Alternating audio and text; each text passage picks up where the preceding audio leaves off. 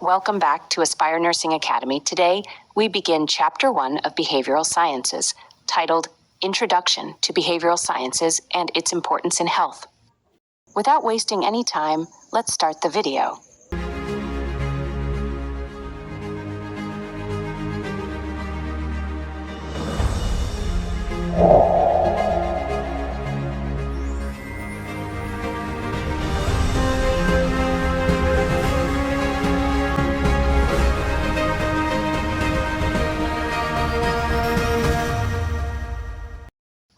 In this session, we'll discuss the introduction to behavioral sciences, the biopsychosocial model, the systems approach, normality versus abnormality, professionalism and desirable attitudes in health professionals. Let's begin. Behavioral science focuses on how humans think, feel, and act, and how these behaviors directly influence health, illness, and healing outcomes. In healthcare, it helps us explore why patients behave the way they do, what influences their health decisions, and how we as professionals can improve care through better communication, empathy, and understanding. To do this, behavioral science integrates three core branches: psychology, which studies emotions, stress, behavior, and mental processes; sociology, which looks at social norms, culture, and family influence; anthropology, which explores traditions, rituals, and beliefs related to illness and healing. These disciplines help us become more empathetic, culturally aware, and patient-centered in our care. Now let's talk about the importance of behavioral science in healthcare. It enhances patient understanding by helping us recognize why a patient may resist treatment, communication allowing for clearer, more compassionate dialogue; cultural sensitivity, so we respect beliefs and traditions; health promotion by supporting behavior change and education; and a holistic approach where we care for the body, mind, and social background, not just the symptoms. To support this holistic view, we use the biopsychosocial model developed by Dr. George Engel. This model teaches us that illness is influenced not just by biological causes, but also by psychological and social factors.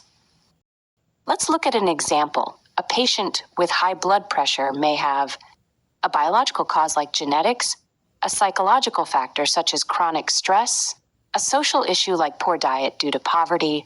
A good healthcare provider considers all these factors when planning care. That's how we provide truly holistic treatment. Another valuable framework is the systems approach. This reminds us that a patient is not isolated. They are part of a system that includes their family, school, work, community, and healthcare environment. Take a child with asthma, for example. The medical treatment might be correct, but if the child is exposed to pollution, if parents smoke at home, or if there's no inhaler at school, the condition will not improve. We must address the whole system around the patient. That's the power of the systems approach. Now let's explore normality and abnormality in behavior. Normal behavior is usually socially acceptable, emotionally stable, and functionally adaptive. In contrast, abnormal behavior is disruptive to social norms, causes emotional or functional distress, and may affect safety or daily living. To define abnormality, we use several models. The statistical model identifies behaviors that are extremely rare. The medical model links abnormality to brain dysfunction or disease. The sociocultural model defines abnormality based on cultural expectations, and the legal model classifies harmful or unlawful behavior as abnormal. For example, feeling sad after a breakup is normal, but if that sadness lasts for months, causes loss of appetite, sleep disturbance, or isolation, it could indicate depression and should be addressed professionally. Next is a vital topic: professionalism and desirable attitudes in health professionals. Professionalism means maintaining high ethical standards, providing quality care, and showing responsibility and respect for human dignity in all interactions. Key features include integrity, always being honest even when no one is watching; accountability, taking ownership of your actions; empathy, truly understanding and responding to patient emotions; respect for patients, colleagues, and cultures; altruism, putting the patient's interest above your own; confidentiality, always protecting patient privacy. Desirable attitudes in health professionals include being non-judgmental, even when the patient's lifestyle is different from yours, being open-minded to different cultural or religious values, practicing reflective thinking, always asking how you can improve, and being culturally sensitive, especially in diverse communities. Here's a real-world example. If a patient refuses medication because of religious beliefs, a professional nurse or doctor won't argue.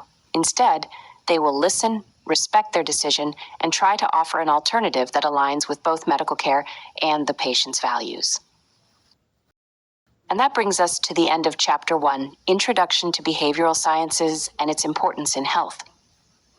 But this is only the beginning of your journey in understanding how behavior shapes health. The next chapter will be uploaded soon, so stay tuned. If you found this video helpful, please don't forget to like, share, and subscribe to Aspire Nursing Academy